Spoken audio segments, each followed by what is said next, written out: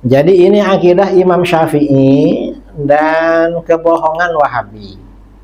Ini tujuan keji Wahabi. Kesimpulannya macam mana? Ini dulu videonya Wahabi. Videonya Wahabi ya.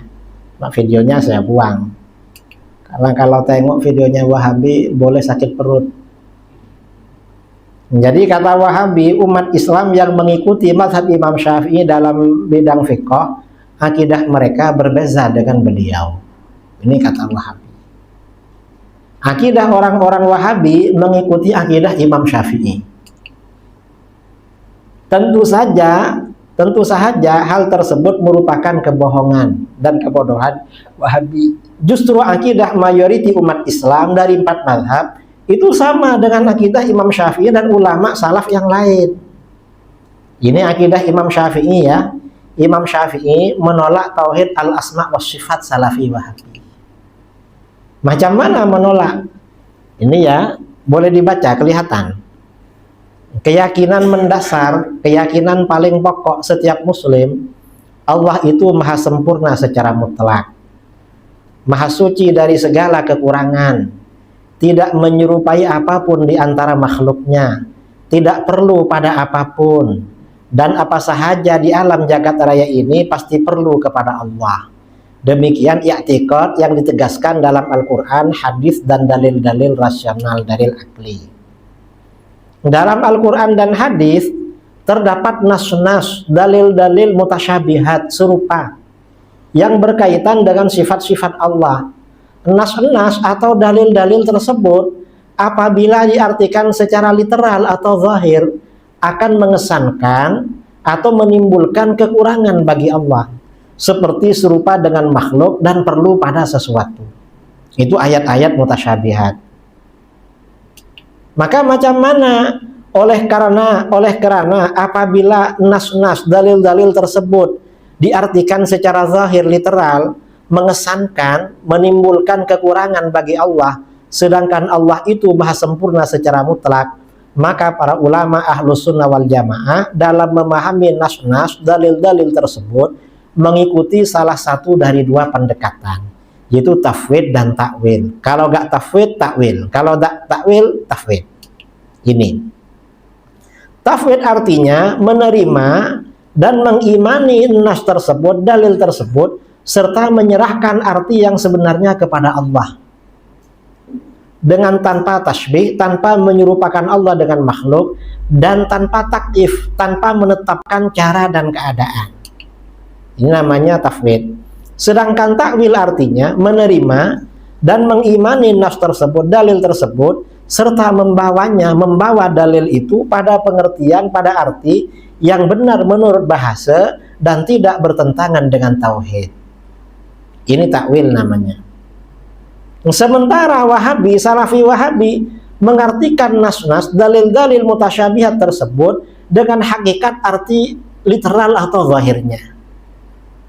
Dengan arti zahirnya, sehingga melahirkan konsep tasbih, melahirkan ajaran tasbih, menyerupakan Allah dengan makhluk, tajsim, menjasmanikan Allah.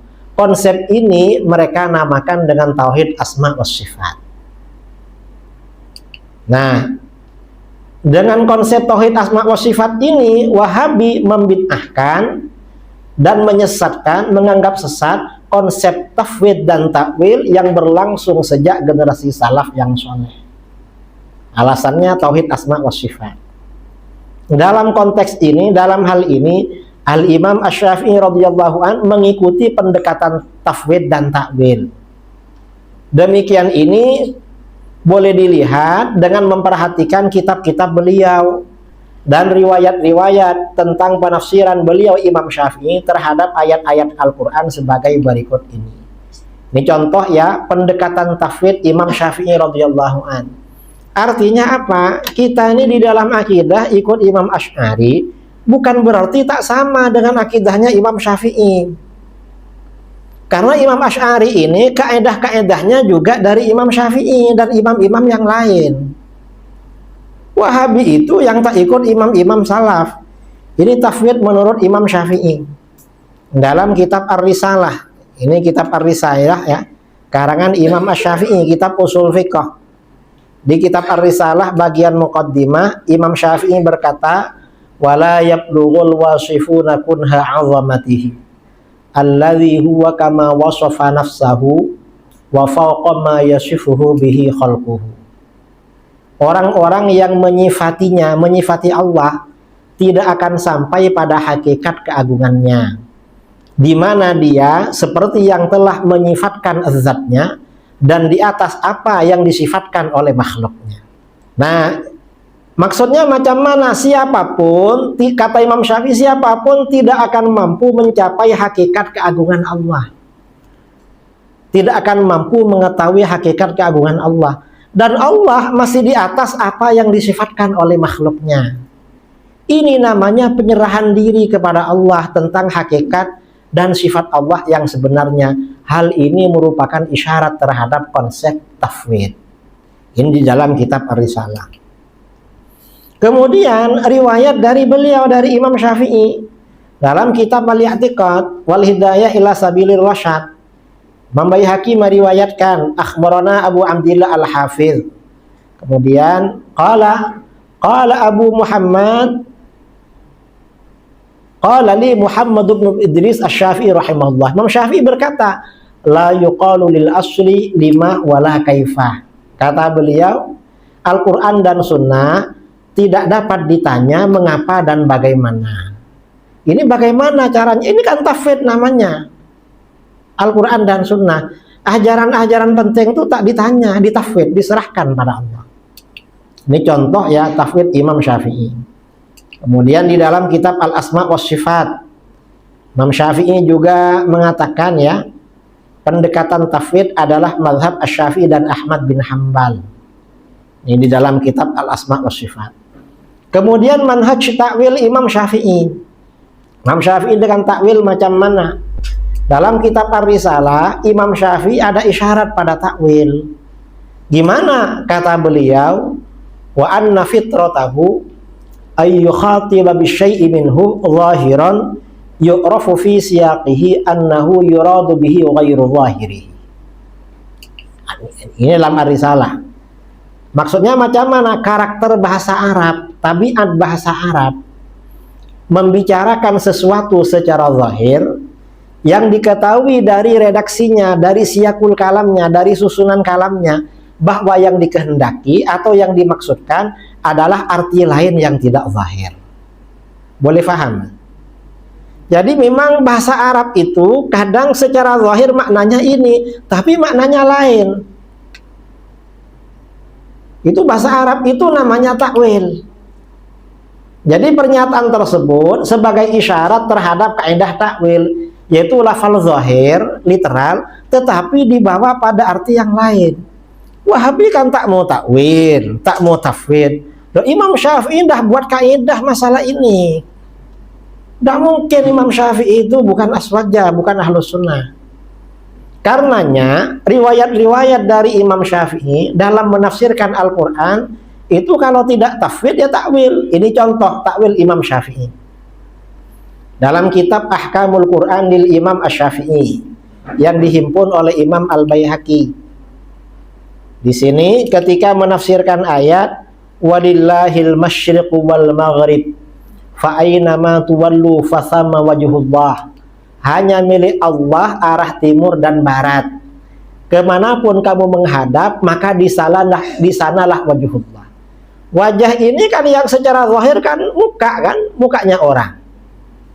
Ternyata di sini wajhullah, wajah Allah.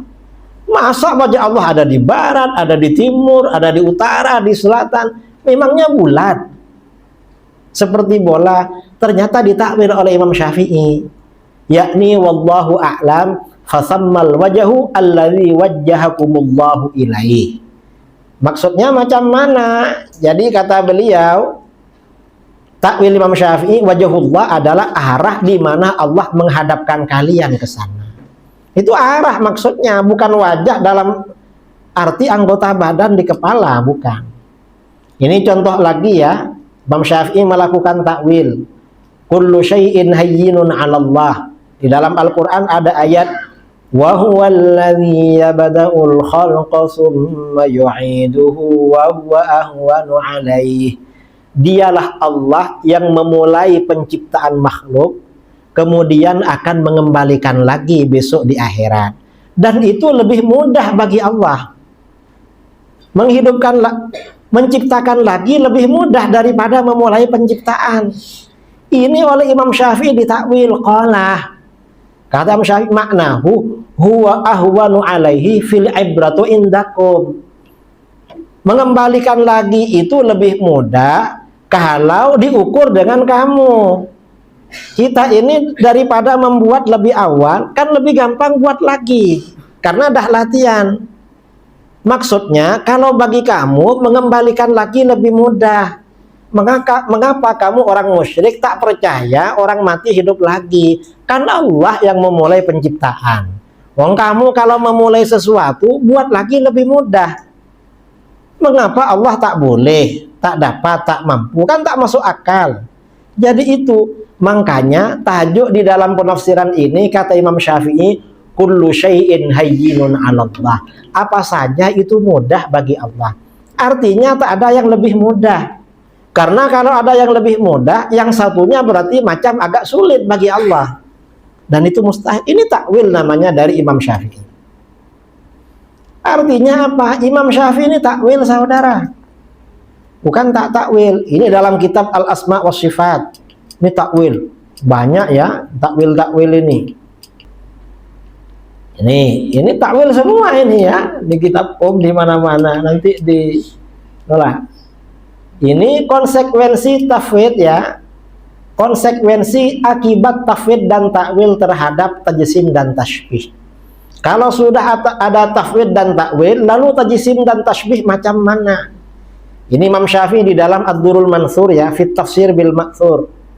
Imam Suyuti. Wa minha tafsiru Muqatil bin Sulaiman.